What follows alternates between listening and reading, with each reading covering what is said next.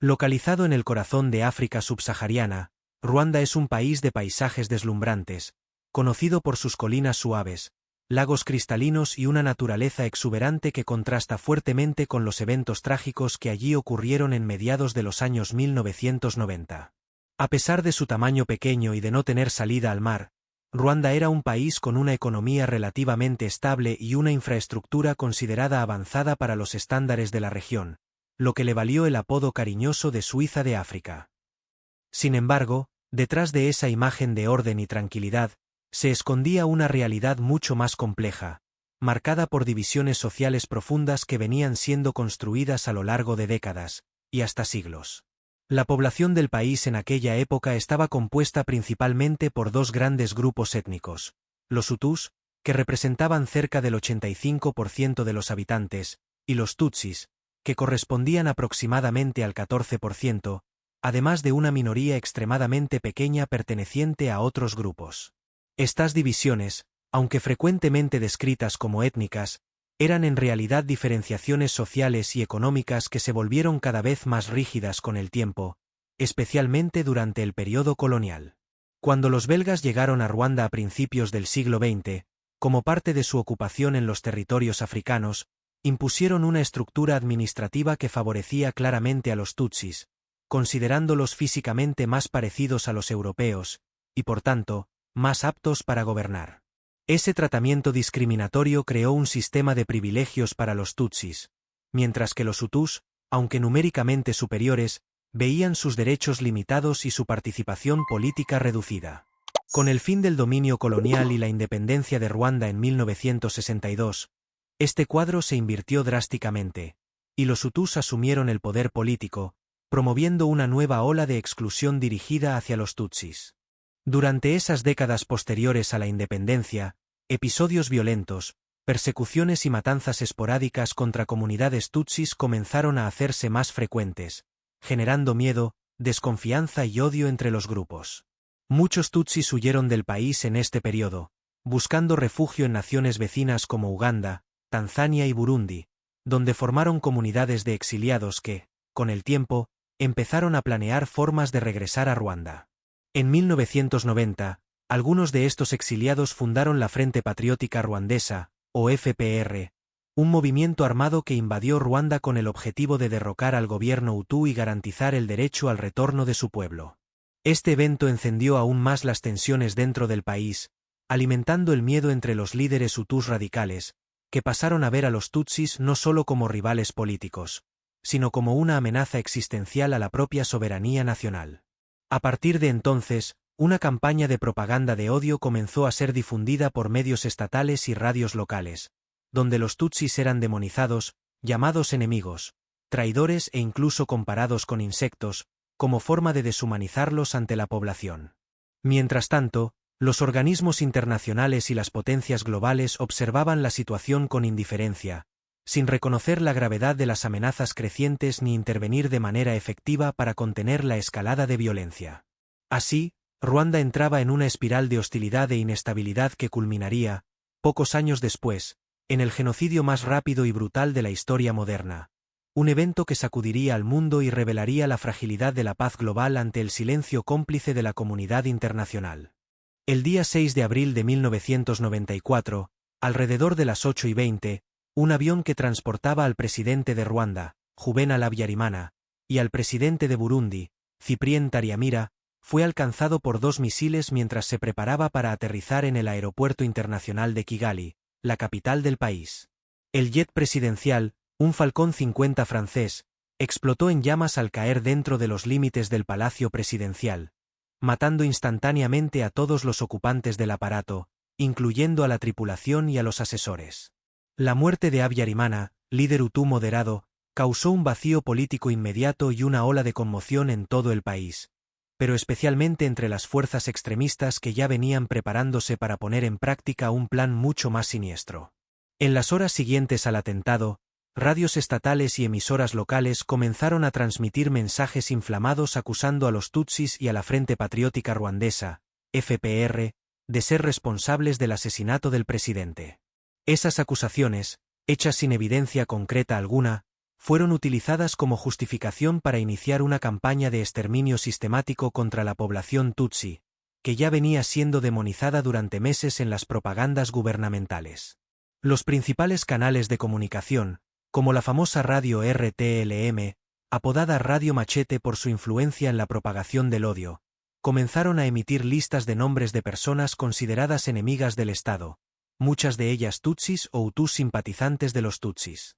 Estas listas eran distribuidas a las milicias armadas, como la Interahamwe, que recibían órdenes claras de salir a las calles y eliminar a estas personas con cualquier medio disponible. Desde aquella misma noche, los primeros ataques comenzaron a ocurrir en barrios de Kigali, donde grupos paramilitares invadían casas, perseguían individuos y cometían ejecuciones sumarias bajo el pretexto de mantener la seguridad nacional. En pocas horas, lo que parecía ser solo una tragedia política se transformó en un verdadero masacre organizado, cuyo objetivo principal era la población tutsi, aunque también incluía a hutus moderados que se oponían a la ideología radical del gobierno. Puestos de control improvisados aparecieron en las carreteras y en los barrios de la ciudad, donde jóvenes armados con machetes, cuchillos y rifles exigían documentos de identidad de todos los que pasaban, decidiendo quién viviría y quién moriría basándose en su grupo étnico. El clima de miedo y caos se extendió rápidamente por todo el país, y pronto los asesinatos se extendieron más allá de la capital, alcanzando aldeas distantes y comunidades aisladas que antes vivían en relativa tranquilidad. A pesar de la gravedad de los acontecimientos, las autoridades internacionales y las tropas de paz de las Naciones Unidas presentes en el país no intervinieron de forma efectiva, siguiendo órdenes restrictivas que limitaban su actuación a meros observadores de los hechos. Con ello, el genocidio oficialmente comenzó aquella noche del 6 de abril, marcando el inicio de un periodo de terror que duraría cerca de 100 días y dejaría casi 1 millón de víctimas muertas.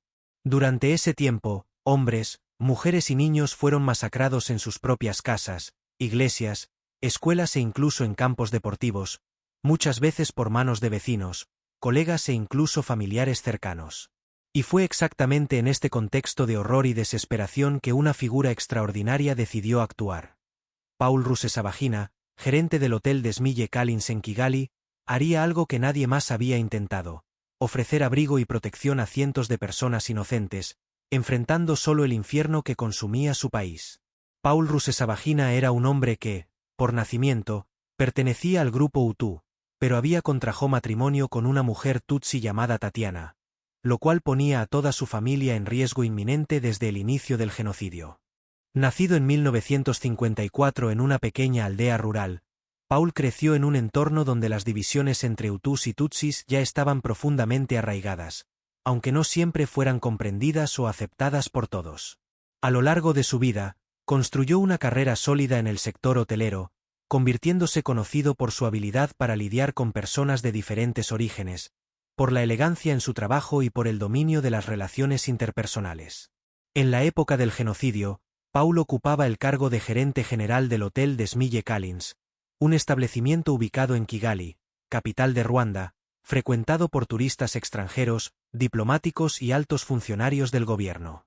Aunque no era rico ni políticamente influyente, Paul tenía acceso a ciertas ventajas gracias a su cargo, incluyendo contactos con figuras importantes y una red de relaciones que se extendía más allá de las fronteras del país.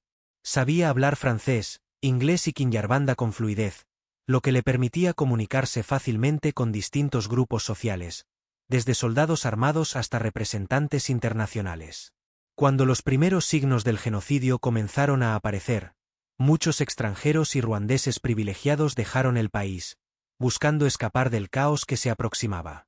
Pero Paul decidió quedarse, no solo por sentirse responsable por su familia, sino también por creer que podría usar su posición y sus habilidades para proteger a otras personas inocentes. Entendía que, en un momento de pura violencia y desesperación, el miedo y el odio dominarían las acciones de la mayoría de la gente, pero creía que aún existían espacios para la razón, la negociación y la compasión. Su decisión de permanecer en Ruanda fue motivada por un deseo profundo de proteger a su esposa, a sus hijos y a cualquier otra persona que pudiera salvar de la barbarie que se extendía por el país. Sin embargo, sabía que, para lograrlo, tendría que jugar un juego peligroso, equilibrarse entre autoridades corruptas, milicias armadas y criminales disfrazados de patriotas, usando principalmente palabras, gentileza y sobornos. Paul tenía conciencia de que no podría enfrentar físicamente a los asesinos que recorrían las calles, pero sabía que podía intentar engañarlos, convencerlos o comprar su paso seguro mediante cigarrillos, bebidas y dinero. Su plan inicial era sencillo: mantener el hotel funcionando como un refugio temporal para quienes huían de los asesinatos, ofreciendo alojamiento, comida y seguridad dentro de las paredes de aquel edificio blanco en lo alto de una colina. Esperaba poder proteger a algunos familiares y amigos cercanos, tal vez una docena de personas, pero no imaginaba que, en los días siguientes, su hotel se convertiría en un verdadero santuario para más de 1.200 refugiados. Así, aquella noche del 6 de abril de 1994, mientras el país se sumergía en el caos y el odio resonaba en las ondas de radio, Paul Rusesabagina cerró las puertas del hotel de Smille Collins y comenzó a escribir una historia que pocos imaginaban posible. En los primeros días tras el inicio del genocidio, el hotel de Smille Collins parecía aún ser un lugar seguro, casi surrealmente normal, en medio del caos que se expandía por Kigali. Mientras las calles eran tomadas por el miedo, por las ejecuciones sumarias y por los gritos de desesperación, dentro del hotel había agua corriente, luz eléctrica y camas limpias, una isla de civilidad en un mar de barbarie. Las primeras personas que buscaron refugio fueron familiares cercanos de Paul y algunos vecinos tutsis que percibieron el peligro inminente y buscaban escapar de los puestos de control y de las milicias que barrían los barrios casa por casa. Con calma aparente, pero con un corazón acelerado por la responsabilidad que asumía, Paul decidió abrir las puertas del hotel a todos los que llegaran pidiendo ayuda, sin hacer distinción entre parientes, amigos o extraños. Rápidamente, el pequeño hotel comenzó a recibir una avalancha de refugiados, muchos de ellos familias enteras con niños asustados, ancianos frágiles y mujeres embarazadas que huían de la muerte segura en las calles. Cada habitación, pasillo y sala del hotel fue ocupada, y cuando ya no hubo más espacio dentro de las habitaciones, las personas comenzaron a dormir en los corredores, en el área del restaurante e incluso en el garaje del edificio. En pocos días, el número de personas albergadas ya superaba la marca de 100, y Paul sabía que, aunque había comenzado con buenas intenciones, ahora cargaba sobre sí el destino de cientos de vidas inocentes. Comprendía que el hotel era solo un edificio con paredes de concreto y ventanas de vidrio, y que ninguna barrera física sería suficiente para proteger aquel lugar si alguien decidía invadirlo. Por eso, desde el primer momento, buscó mantener relaciones cordiales con los líderes locales, oficiales del ejército y miembros de las milicias armadas, usando su habilidad de negociador para evitar conflictos directos. Paul ofrecía cigarrillos, bebidas y conversaciones educadas a estos hombres armados, fingiendo amistad y respeto mientras, por dentro, temblaba de miedo y repulsión ante sus acciones. Sabía que, en un país donde la ley había sido sustituida por la violencia, la única forma de sobrevivir era convencer a los verdugos de que matar allí dentro sería más complicado que simplemente dejar a la gente en paz. Para eso, usaba estrategias inteligentes. Hablaba como si estuviera de su lado, elogiaba sus uniformes y armas, e incluso distribuía bebidas alcohólicas para mantenerlos distraídos y menos agresivos. Al mismo tiempo, mantenía contacto con representantes extranjeros y diplomáticos que aún estaban en Kigali, esperando que algún tipo de evacuación internacional fuera organizada. Pero, a medida que los días pasaban y la situación empeoraba, quedaba claro que la ayuda externa no llegaría tan pronto, y que la única chance de supervivencia de aquel grupo estaba en las manos de un único hombre. Así, rodeado de miedo, tensión y una responsabilidad inmensa, Paul Rusesabagina se preparaba para enfrentar los peores días de su vida, luchando por mantener las puertas de su hotel cerradas, pero nunca cerradas para quien necesitaba refugio. Dentro del hotel de Smille Collins, la vida era una constante batalla contra el miedo, no solo por parte de los refugiados, sino también de Paul Rusesabagina, que cargaba sobre sí la responsabilidad de mantener a todos vivos en un país donde la muerte rondaba cada esquina. Cada día que amanecía traía nuevas incertidumbres. ¿Cuántos soldados o milicianos aparecerían esa mañana? ¿Qué exigirían? ¿Hasta dónde Paul podría negociar sin comprometer la seguridad de las personas bajo su protección? Sabía que, aunque hubiera logrado mantener intacto el hotel en los primeros días, aquella paz frágil podría romperse en cualquier momento, bastando que alguien decidiera que aquel refugio improvisado era, en realidad, un blanco legítimo. Para evitarlo, Paul adoptó una estrategia que mezclaba diplomacia, astucia y una dosis considerable de coraje. Fingir estar del lado de los verdugos mientras, en realidad, hacía todo lo posible por engañarlos y proteger a los inocentes. Ofrecía bebida a los líderes de las milicias, hablaba con ellos como si fueran amigos antiguos, elogiaba sus ropas y armas, y distribuía cigarrillos y pequeñas cantidades de dinero como forma de mantener las relaciones cordiales. Por dentro, sin embargo, temblaba de miedo y repulsión, sabiendo que estaba tratando con hombres que habían cometido actos brutales y que eran capaces de cualquier cosa si sentían que estaban siendo engañados. En muchas ocasiones, estos hombres entraban al hotel con expresiones hostiles, miradas frías y armas en mano, exigiendo que Paul entregara a los enemigos del Estado que, según ellos, deberían estar escondidos allí. En esas situaciones, Paul necesitaba mantener la calma absoluta, sonreír, hablar con tranquilidad y convencer a sus visitantes de que allí solo había familias asustadas, huéspedes pagantes y empleados del hotel, nunca fugitivos o disidentes. Usaba su conocimiento del idioma y de las convenciones sociales locales para ganar tiempo, desarmar sospechas, y a veces, incluso dar vuelta a la conversación, logrando que los mismos milicianos salieran de allí con una bebida en la mano y una sonrisa en el rostro. Pero no todas las visitas eran tan fáciles de sortear. Algunas llegaban con órdenes directas para revisar el hotel en busca de tutsis escondidos, y en esos momentos Paul necesitaba recurrir a métodos aún más arriesgados. Llegó a pagar sobornos directamente a oficiales armados, ofreciéndoles botellas de whisky importado, paquetes de cigarrillos europeos y montones de dinero sudado que conseguía retirar del cofre del hotel. A veces, inventaba historias elaboradas sobre supuestos inversores extranjeros que estarían interesados en mantener habitaciones reservadas en el hotel, sugiriendo que matar a los ocupantes allí dentro podría perjudicar negocios futuros. Esas mentiras, aunque audaces, funcionaban porque tocaban puntos sensibles a la vanidad y al interés financiero de sus interlocutores, que preferían preservar la imagen del hotel como un lugar respetable que destruirlo por impulso. Mientras tanto, dentro del hotel, las condiciones de vida empeoraban cada día. El stock de alimentos disminuía, el agua comenzaba a faltar con frecuencia y el temor a enfermedades aumentaba con la sobrepoblación. A pesar de todo eso, Paul insistía en mantener la apariencia de normalidad, asegurándose de que los refugiados tuvieran algún tipo de rutina y de que los visitantes armados no percibieran señales de desesperación. Después de todo, la debilidad era sinónimo de vulnerabilidad, y la vulnerabilidad podía significar muerte. Paul sabía que mantener el orden allí dentro era tan importante como negociar con los soldados allá afuera, porque un simple conflicto entre los refugiados podría atraer atención no deseada o incluso poner todo en peligro. Creó reglas claras desde el principio. Nadie debía gritar, llorar fuertemente o discutir en voz alta. Todos tenían que colaborar con la limpieza, organización y distribución de alimentos. Y por encima de todo, todos deberían comportarse como huéspedes normales. Para los visitantes armados que entraban al hotel, esas personas eran solo turistas asustados, empleados leales y viajeros retenidos por la inestabilidad política, jamás víctimas de un genocidio en marcha.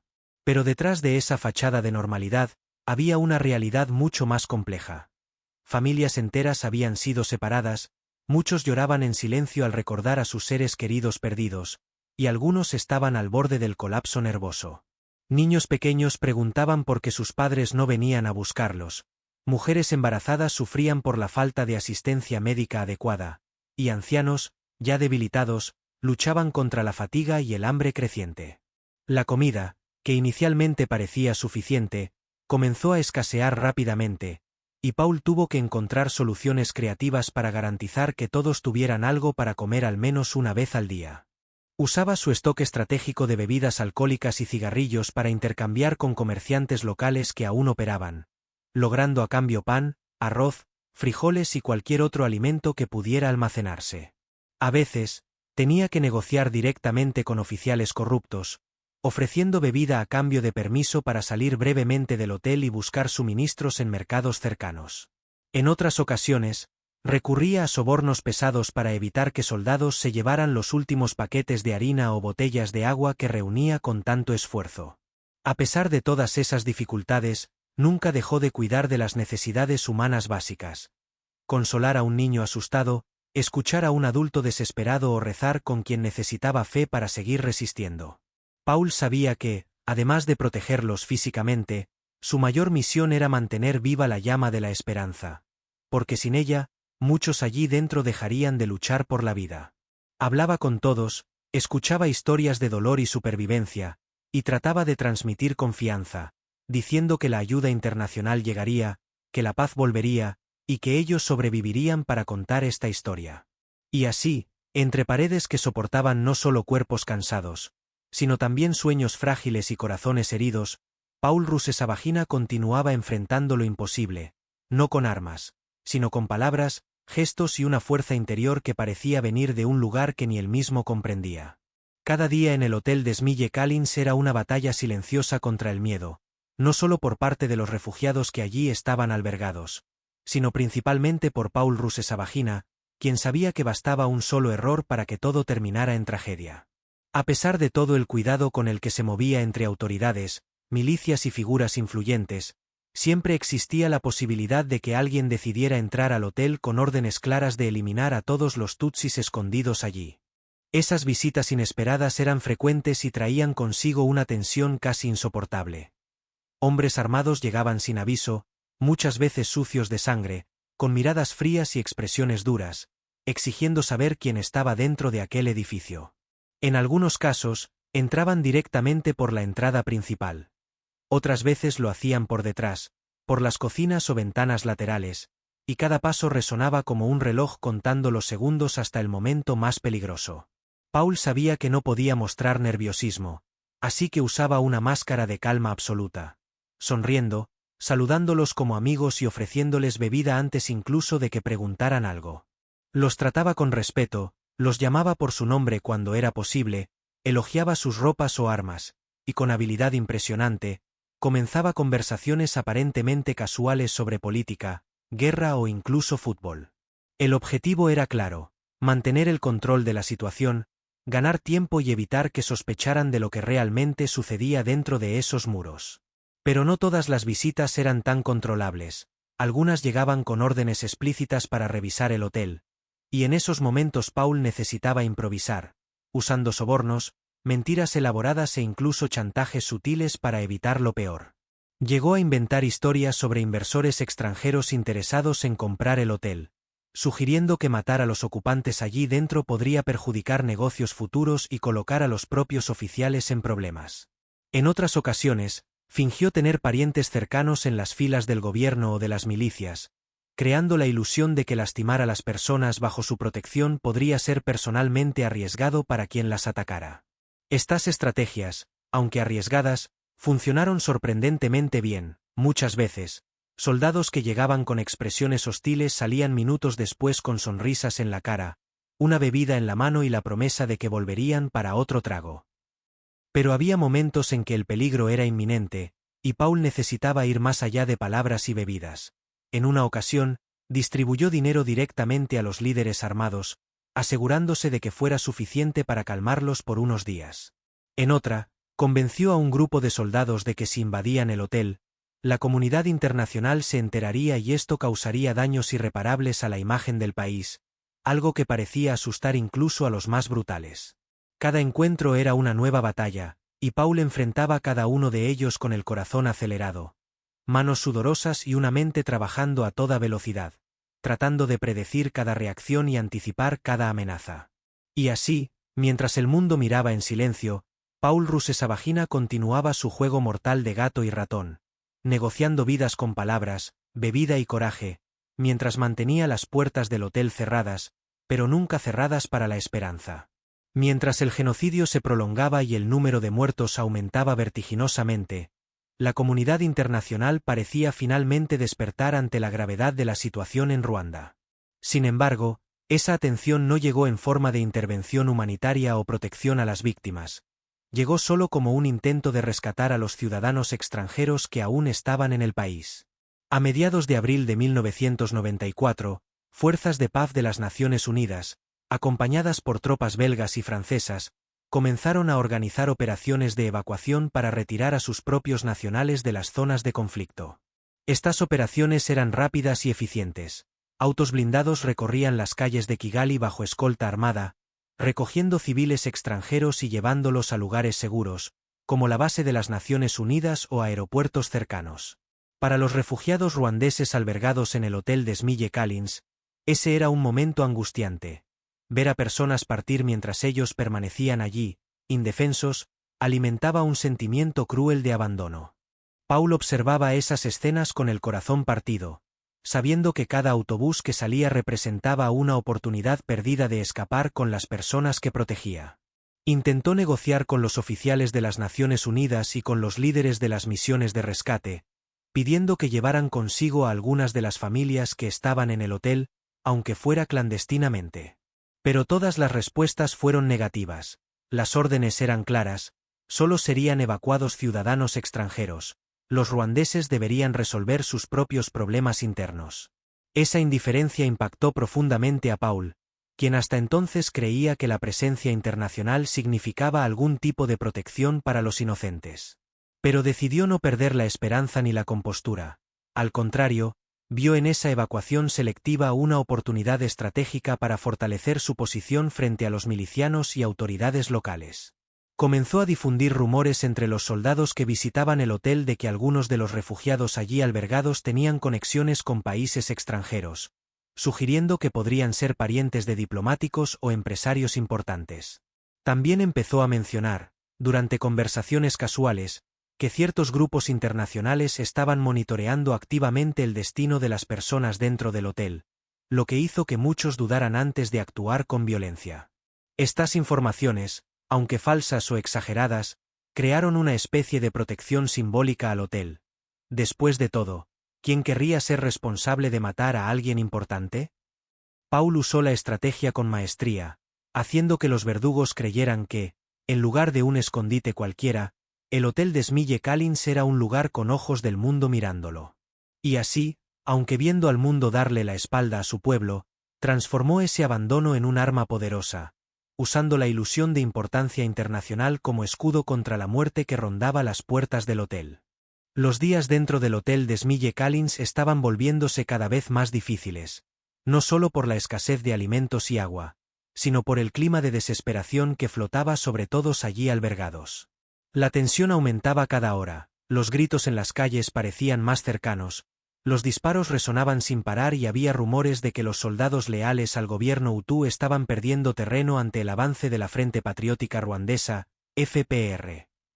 Paul escuchaba estos rumores con atención, tratando de distinguir entre verdades e ilusiones creadas por quienes necesitaban creer que la ayuda llegaría. Sabía que, si era verdad, significaría el fin del genocidio, pero también sabía que podría haber represalias violentas antes de que la victoria se consolidara. Mientras tanto, continuaba sus negociaciones diarias con milicianos y oficiales, distribuyendo bebida, cigarros y palabras amables, tratando de mantener las apariencias de normalidad y evitar cualquier sospecha de que algo estaba cambiando. A mediados de julio de 1994, la noticia que todos esperaban comenzó a extenderse por las calles de Kigali. La FPR, liderada por Paul Kagame, estaba entrando en la capital y tomando el control de la ciudad. Las fuerzas del gobierno Hutu comenzaron a huir hacia el oeste, llevándose a menudo a civiles que temían represalias, mientras otros simplemente desaparecían en la noche. Dentro del hotel, la noticia fue recibida con incredulidad al principio.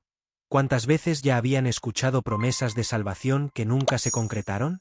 Pero poco a poco, el sonido de los disparos disminuyó, los puestos de control desaparecieron y un silencio extraño, casi sagrado, comenzó a tomar las calles. Finalmente, el 4 de julio de 1994, Kigali fue declarada oficialmente bajo control de la FPR. El genocidio había llegado a su fin tras cerca de 100 días de horror indescriptible. Aquella mañana, Paul despertó con una sensación que no había sentido en semanas. El silencio era tan absoluto que parecía irreal, como si el mundo hubiera parado para respirar profundo después de una pesadilla interminable. Salió del hotel y miró alrededor. No había más soldados armados en las esquinas, no había más gritos de dolor, y el cielo, por primera vez en mucho tiempo, parecía limpio de sangre y miedo. Entonces, volvió adentro y anunció a las cientos de personas que allí estaban: estamos libres. Y así, con lágrimas en los ojos, niños abrazaron a sus padres, madres apretaron a sus hijos contra el pecho y adultos que perdieron todo encontraron fuerza para sonreír nuevamente. El hotel de Smille Callins, que durante tanto tiempo fuera una fortaleza rodeada por el infierno, ahora era solo un edificio blanco en lo alto de una colina, donde más de 1200 vidas fueron salvadas por un hombre que eligió ser héroe cuando nadie más osó ser humano. Con el fin del genocidio, Ruanda se sumergió en un proceso doloroso de reconstrucción, no solo física, sino moral, social y espiritual. Ciudades enteras habían sido destruidas, familias diezmadas, y el país estaba dividido entre sobrevivientes traumatizados, criminales de guerra sueltos y millones de refugiados dispersos por las fronteras. Para las más de 1200 personas que fueron salvadas por Paul Rusesabagina, la vida comenzaba de nuevo allí, dentro de aquel hotel que había resistido al infierno. Muchas de ellas salieron de allí sin casa, sin parientes, sin nada más que la ropa del cuerpo, pero vivas, gracias a un hombre que eligió hacer lo correcto cuando casi todos a su alrededor hicieron lo incorrecto. Paul decidió quedarse en Ruanda por algunos años después del fin del conflicto, ayudando en la reconstrucción del país y apoyando iniciativas de reconciliación entre Hutus y Tutsis. Se convirtió en una figura pública respetada, condecorada internacionalmente por su valentía y fue invitado a contar su historia en conferencias, documentales y libros. Su trayectoria inspiró la película Hotel Ruanda, lanzada en 2004 y protagonizada por Don Cheadle, que trajo su historia a la atención global y llamó la atención sobre el silencio cómplice de la comunidad internacional durante aquellos 100 días de horror. En entrevistas posteriores, Paul siempre afirmó que no era un héroe, sino alguien que hizo lo que creía correcto ante una situación imposible, y que cualquier persona podría haber actuado igual, si tuviera el valor. Sin embargo, también fue crítico con la forma en que el mundo observó el genocidio sin intervenir, destacando la necesidad de responsabilidad colectiva ante crisis humanitarias. Hasta hoy, Ruanda carga con las cicatrices del pasado, pero también es un ejemplo de resiliencia, un país que, incluso ante el peor escenario posible, logró reconstruirse y avanzar con fuerza y dignidad. Monumentos a los muertos están esparcidos por todo el país, recordando que el odio y el silencio pueden destruir civilizaciones enteras, pero que el coraje de una sola persona puede salvar cientos de vidas. La historia de Paul Rusesabagina nos recuerda que, incluso en situaciones más desesperantes, todavía hay espacio para la bondad, para la compasión y para la elección de ser humano, incluso cuando el mundo parece haber perdido eso. Su legado va mucho más allá de un hotel o de una simple decisión tomada en abril de 1994.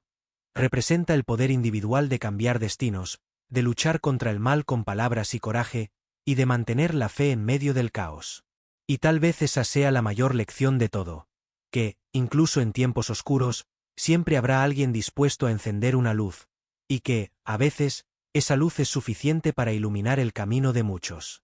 Si has llegado hasta aquí, felicitaciones por dedicar un tiempo a conocer esta historia tan importante. Si puedes, comparte este vídeo con otras personas, deja tu like, activa la campanita y suscríbete al canal para seguir más historias reales que merecen ser contadas. No olvides comentar, ¿qué otra historia real te gustaría ver aquí? Hasta la próxima.